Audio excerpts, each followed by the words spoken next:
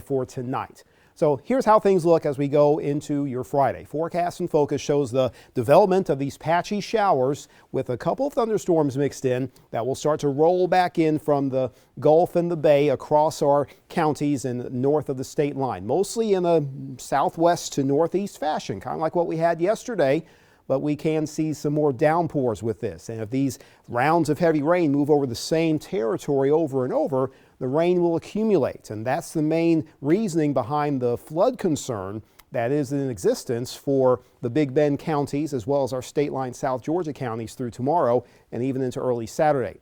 Within a few of those little pockets of rain, there can be some strong gusts of wind or maybe a stray water spout or such for tomorrow, but mostly isolated to scattered at worst. It's going to be late night and into Saturday morning when we notice the main front and the force that comes behind it, that's going to push across our area, and that will create this line of of strong thunderstorms with a good potential to cause widespread gusty winds, and some of those gusts can be in excess of 60 miles per hour.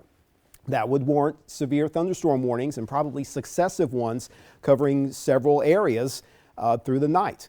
That's the concern that we have, and that's what's prompting our first to know weather day. So you are in the know about when to expect the worst of the weather. The rain is going to be an impact throughout the course of the day, at least another inch in most cases. I'd say if you're north of the Flint River, you don't have as much heavy rain risk, but if you're near the coastline, you can get perhaps another 2 to 5 inches of rain, and that's on top of similar totals that have already fallen.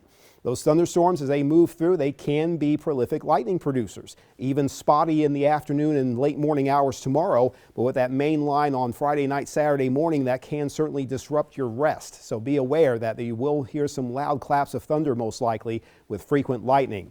Most of our local counties in what's called an enhanced risk for severe weather. That means we can have numerous occurrences of severe thunderstorm warnings because of those strong gusts of wind that will have a higher than usual chance of experiencing those. And even the tornado risk, it's a notch lower, but about a 10% chance for anywhere within our region to encounter a quick developing tornado. That's a slightly secondary concern, but I think, again, tomorrow night the wind gust threat will be more widespread, and throughout the course of your Friday, additional rain can trigger some local flooding issues. So that's why there's a flood watch. We'll let you know first when we have severe thunderstorm or tornado watches that go up tomorrow. I would anticipate that before all is said and done. Your lows tonight dropping into the lower 60s, and tomorrow we'll get into the 70s, maybe a bit warmer before that front comes in. We could stay in that warmer range right through early Saturday morning sunrise. But after that front passes through, things settle down and really get cold. We'll clear out late Saturday afternoon through Sunday, but watch for light freeze potential for most counties on Sunday morning before temperatures recover early next week.